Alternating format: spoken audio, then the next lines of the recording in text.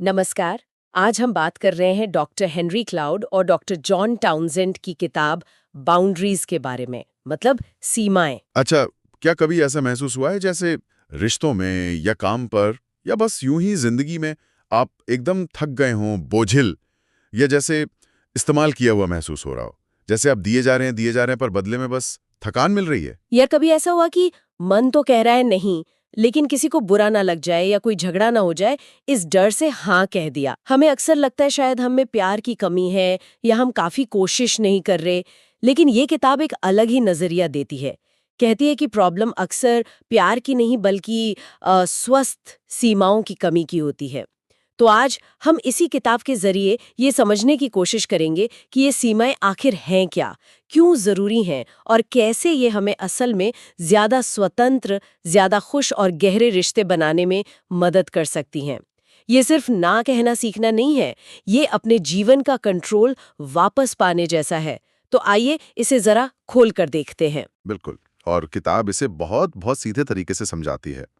सीमाएं असल में वो अदृश्य रेखाएं हैं जो हमें परिभाषित करती हैं। वे दिखाती हैं कि हम क्या हैं और क्या नहीं। हम क्या स्वीकार करेंगे, क्या नहीं, किस चीज के लिए हम जिम्मेदार हैं और किसके लिए नहीं। जैसे हमारी त्वचा होती है ना, हमें दुनिया से जोड़ती भी है और हमारी रक्षा भी करती है। जब ये सीमाएं धुंधली हो जाती हैं या होती ही नहीं, तो हम अपना कीमती समय, अपनी एनर्जी, यहाँ तक कि अपनी पहचान भी वो दूसरों के हाथों में सौंप देते हैं, अनजाने में ही सही। ये किताब हमें सिखाती है कि कैसे ज्ञान, साहस और हाँ, प्यार के साथ अपने जीवन की बागडोर वापस थामें। और दिलचस्प बात यह है कि सीमाएं अक्सर अलगाव नहीं लाती, बल्कि बेहतर जुड़ाव की तरफ ले जाती हैं। हाँ, पर यहीं पर एक आम गलतफहमी आ जाती है। ज़्यादातर लोग सोचते हैं कि भई बाउंड्रीज़ बनाना मतलब स्वार्थी होना, दूसरों की परवाह न करना। ऐसा लगता है जैसे हम कोई दीवार खड़ी कर रहे हैं ना? लेकिन किताब इस सोच को बिल्कुल पलट देती है।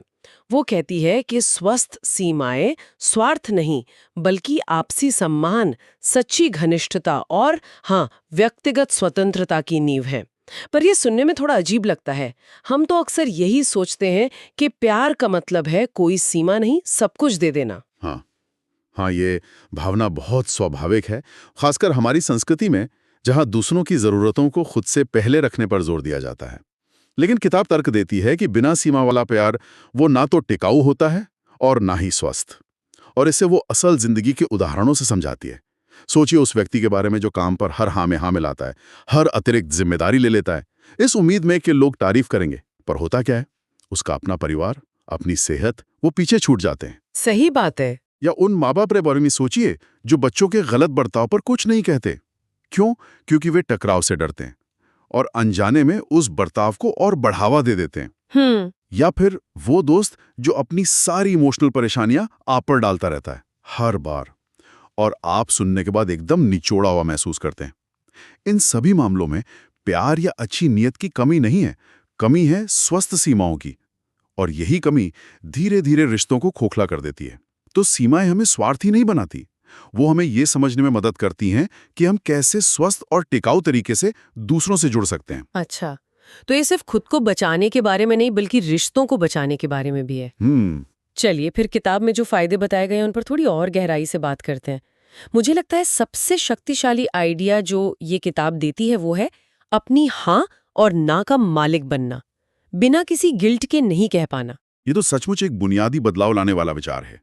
किताब सिखाती है कि हर बार जब हम किसी ऐसी चीज के लिए हाँ कहते हैं जो हम असल में नहीं करना चाहते या जिसके लिए हमारे पास समय या एनर्जी नहीं है, तो हम अनजाने में किसी ऐसी चीज को ना कह रहे होते हैं जो हमारे लिए जरूरी है।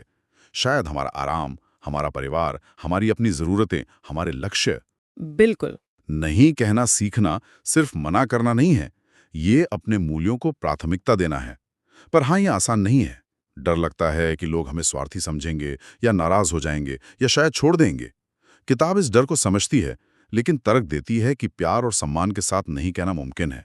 ये क्रूरता नहीं, ईमानदारी है। और लंबे समय में ये उस अपराध बोध और नाराजगी के बोझ से बचाता है जो अक्सर उन रिश्तों में पनपता है जहां सीमाएं नहीं होती। ये बात बहुत गहरी है कि नहीं कहना दरअसल अपनी हाँ को ज्यादा मीनिंगफुल बनाने का तरीका है। और इसी से जुड़ा एक और अहम पॉइंट है जिस पर किताब जोर देती है, दूसरों के विनाशकारी पैटर्न या व्यवहार को अनजाने में बढ़ावा देना बंद करना।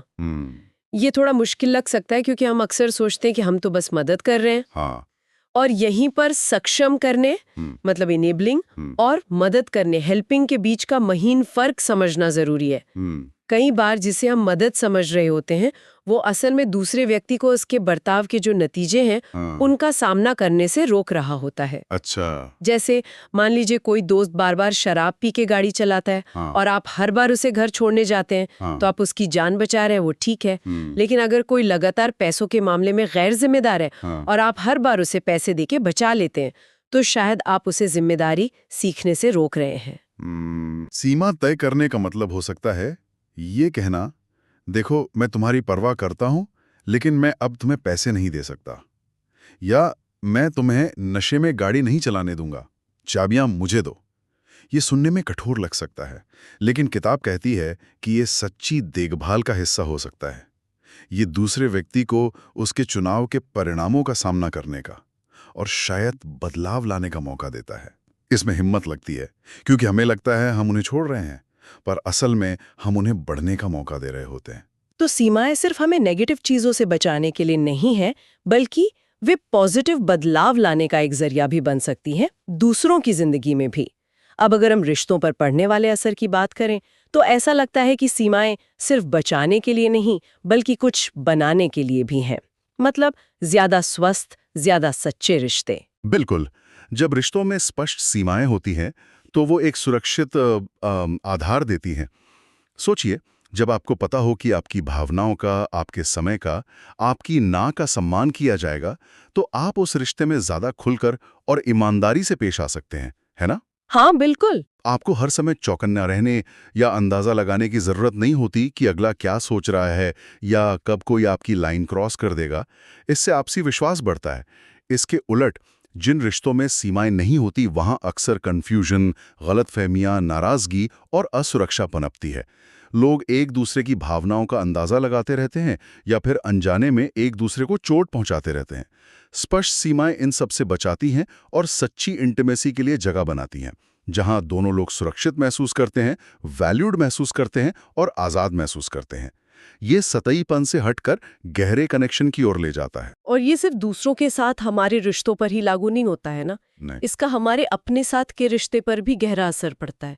मतलब हमारे भावनात्मक और आध्यात्मिक जीवन की रक्षा करने में ये सिर्फ बाहरी दुनिया से नहीं बल्कि अंदरूनी शांति बनाए रखने से भी जुड़ा है। बिल्कुल सही कहा। हमारी जो भावनात्मक और मानसिक ऊर्जा है वो लिमिटेड है ना? बिना सीमाओं के हम आसानी से दूसरों की नेगेटिविटी, उनका तनाव, उनकी प्रॉब्लम्स वो सब सोख लेते हैं जैसे कोई स्पंज। हम दूसरों के एजेंडे में इतने उलझ जाते हैं कि अपनी ज़रूरतों, अपने लक्ष्यों और अपनी शांति के लिए वक्त ही नहीं निकाल पाते। सीमाएं यहाँ एक फिल्टर की तरह काम करती हैं। वे हमें ये चुनने में मदद करती हैं कि हम किस चीज़ को अपने अंदर आने दें और किसे नहीं। ये हमें अपनी भावनात्मक ऊर्जा को उन चीज़ों के लिए बचाने में मदद करता है जो सच में हमारे लिए मायने रखती हैं। हमारा आत्मचिंतन, हमारी आध्यात्मिक प्रैक्टिस, हमारे शौक, हमारा आराम। अगर हम इसे बड़ी तस्वीर से जोड़े तो ये सेल्फ केयर का एक बहुत ज़रूरी हिस्सा है। ये कोई लग्जरी नहीं है बल्कि मेंटली और इमोशनली स्वस्थ रहने के लिए अनिवार्य है। जब हम अंदर से भरे हुए और शांत होते हैं तभी हम दूसरों को भी बेहतर तरीके से दे पाते हैं। किताब में इसी बात को समझाने के लिए एक बहुत अच्छा रूपक इस्तेमाल किया गया है जो मुझे बहुत पसंद आया। लेखक कहते हैं कि स्वस्थ सीमाएं दीवारें नहीं बल्कि दरवाजे हैं। दीवारें तो हमें पूरी तरह से काट देती हैं, अलग थलग कर देती हैं, लेकिन दरवाजे वो हमें कंट्रोल देते हैं। हाँ, ये रूपक बहुत सटीक है। दीवारें तो परमानेंटली बंद होती हैं, वो किसी भी तरह के लेन देन को रोक देती हैं। लेकिन एक दरवाजा, उसमें हैंडल होता है, कुंडी होती है। आप तय करते हैं कि कब उसे खोलना है, किसे अंदर आने देना है और कब उसे बंद करना है। सही। स्वस्थ सीमाएं बिल्कुल इसी तरह काम करती हैं। वे आपको दुनिया से या रिश्तों से काटती नहीं हैं, बल्कि वे आपको ये तय करने की शक्ति देती हैं कि आपके जीवन में क्या अच्छा और स्वस्थ है, जैसे प्यार, सपोर्ट, सम्मान जिसे आप अंदर आने देना चाहते हैं, और क्या हानिकारक या टॉक्सिक है, जैसे अनादर, हेरफेर, जरूरत से ज्यादा निर्भरता जिसे आप बाहर रखना चाहते हैं। ये कंट्रोल आपको रिश्तों में एक्टिव भागीदार बनाता है, न कि सिर्फ एक पैसिव शिकार। और ये सिद्धांत सिर्फ कोई हवाई बात नहीं है, बल्कि किताब इसे जिंदगी के अलग अलग एरिया में लागू करने के प्रैक्टिकल तरीके भी बताती है। आपने पहले कुछ उदाहरण दिए थे, क्या आप थोड़ा और बता सकती हैं कि ये किन किन दायरों में काम करता है? हाँ, किताब का दायरा काफी बड़ा है, क्योंकि सीमाएं जिंदगी के हर पहलू को छूती हैं। जैसे परिवार में, ये बच्चों की परवरिश में नियम बनाने से लेकर बड़े हो चुके बच्चों या रिश्तेदारों के साथ हेल्दी दूरी बनाए रखने तक हो सकता है। मिसाल के तौर पर, अपने बूढ़े होते माता पिता की मदद करना, लेकिन अपनी शादी या अपने बच्चों की कीमत पर नहीं, या अपने टीनेज बच्चे को जिम्मेदारी सिखाने के लिए उसे उसके खराब ग्रेड के परिणाम भुगतने देना। ये मुश्किल होता है। काम पर, ये बहुत जरूरी है। यहाँ सीमा का मतलब हो सकता है अपने काम के घंटे तय करना और उनके बाद ऑफिस की ईमेल चेक ना करना, ताकि बर्नआउट से बच सकें। हाँ, आजकल तो ये बहुत होता है। या किसी सहकर्मी के लगातार नेगेटिव रवैये या गॉसिप से खुद को दूर रखना, या फिर किसी बॉस की अनुचित मांगों को विनम्रता से लेकिन मजबूती से मना करना। दोस्ती और रोमांटिक रिश्तों में यहाँ सीमाएं ये पक्का करती हैं कि आप रिश्ते में अपनी पहचान ना खो दें। इसका मतलब हो सकता है अपने साथी या दोस्त को बताना कि आपको अकेले समय बिताने की ज़रूरत है, या किसी ऐसे व्यवहार को बर्दाश्त ना करना जो आपको असहज महसूस कराता हो। ये अपनी ज़रूरतों को साफ साफ बताने के बारे में है। और खुद के साथ, जैसा हमने पहले बात की, अपने समय, अपनी ऊर्जा और अपने मेंटल स्पेस की रक्षा करना। शायद इसका मतलब है सोशल मीडिया का इस्तेमाल कम करना, या ध्यान या व्यायाम के लिए रोज समय निकालना, भले ही दुनिया आपसे कुछ और मांग रही हो। हर एरिया में सीमाएं थोड़ी अलग दिख सकती हैं, लेकिन मूल सिद्धांत वही रहता है, अपनी जिम्मेदारी को समझना और अपने जीवन पर नियंत्रण रखना। ये सब सुनकर ऐसा लगता है कि किताब का जो सेंट्रल इमोशनल मैसेज है वो सचमुच बहुत आज़ादी देने वाला है, कि असली स्वतंत्रता सीमाओं से आती है। ये सुनने में थोड़ा उल्टा लगता है, लेकिन जैसे जैसे हम बात करें ये ज़्यादा समझ में आ रहा है। नहीं कहना सिर्फ खुद को बचाना नहीं, बल्कि सेल्फ रेस्पेक्ट का एक गहरा काम है। और उन चीज़ों के लिए हाँ कहना जो सच में आपके मूल्यों और लक्ष्यों से मेल खाती हैं, वो स्वार्थ नहीं बल्कि बुद्धिमानी है। तो अगर हम उन लोगों के लिए सोचें जो इस बातचीत की शुरुआत में उस बोझिल, थके हुए, इस्तेमाल किए हुए एहसास से जूझ रहे थे, तो इसका उनके लिए क्या मतलब है? इसका मतलब ये है कि उस एहसास से बाहर निकलने का रास्ता है। बिल्कुल है। जब हम स्वस्थ सीमाएं बनाना सीखते हैं तो हम धीरे धीरे उस अपराध बोध, उस नाराजगी और उस थकावट के दुष्चक्र को तोड़ते हैं जिसमें कई लोग अनजाने में फंस जाते हैं। हाँ, ये रातों रात नहीं होता। शुरुआत में ये बहुत असहज और मुश्किल लग सकता है, खासकर अगर हम सालों से पीपल प्लीजर रहे हों, मतलब हमेशा दूसरों को खुश करने की कोशिश करते रहे हो। हाँ बिल्कुल, हमें डर लग सकता है, गिल्ट महसूस हो सकता है, लेकिन किताब हमें भरोसा दिलाती है कि ये प्रोसेस का हिस्सा है। जैसे जैसे हम छोटी छोटी सीमाएं तय करने की प्रैक्टिस करते हैं और देखते हैं कि दुनिया खत्म नहीं होती, हमारा आत्मविश्वास बढ़ता है और लंबे समय में ये हमें एक गहरी आंतरिक शांति, सशक्तिकरण और सबसे जरूरी वास्तविक, ईमानदार और टिकाऊ जुड़ाव का अनुभव कराता है, दूसरों के साथ भी और खुद के साथ भी। ये उस शुरुआती बोझ और थकान का सीधा समाधान है। ये हमें परिस्थितियों का शिकार होने के बजाय अपने जीवन और अपने रिश्तों का सक्रिय निर्माता बनने की ताकत देता है। तो अगर हम संक्षेप में कहें तो डॉक्टर क्लाउड और डॉक्टर टाउनसेंड की किताब बाउंड्रीज एक बहुत ही ज़रूरी संदेश देती है। सीमाएं हमारे व्यक्तिगत कल्याण और स्वस्थ रिश्तों के लिए एकदम ज़रूरी हैं। ये सिर्फ नेगेटिविटी से बचाव का तरीका नहीं है, बल्कि ये अपने जीवन, अपनी खुशी, अपनी ऊर्जा और अपने रिश्तों पर कंट्रोल वापस पाने की कुंजी हैं। ये हमें सिखाती हैं कि कैसे प्यार और सम्मान के साथ जिम्मेदार बना जाए। और इस चर्चा के अंत में मैं सुनने वालों के लिए एक विचार छोड़ना चाहूँगा। ये इसी किताब की सोच पर आधारित है, पर हमने इस पर सीधे तौर पर बात नहीं की। क्या ये मुमकिन है कि किसी सीमा की ज़रूरत को पहचानना ही, सिर्फ उस ज़रूरत को महसूस करना, उसे मन ही मन नाम देना कि हाँ, यहाँ एक बाउंड्री की ज़रूरत है, अपने आप को ज़्यादा गहराई से सम्मान देने की दिशा में पहला और शायद सबसे ज़रूरी कदम हो? भले ही आप उसे तुरंत या पूरी तरह से लागू ना कर पाएं, पर क्या सिर्फ उस ज़रूरत की पहचान कर लेना ही बदलाव की एक शक्तिशाली शुरुआत नहीं है? शायद ये जागरूकता ही हमें धीरे धीरे उस दिशा में ले जाती है जहां हम अपनी सीमाओं को जी पाते हैं। इस पर ज़रूर सोचिएगा।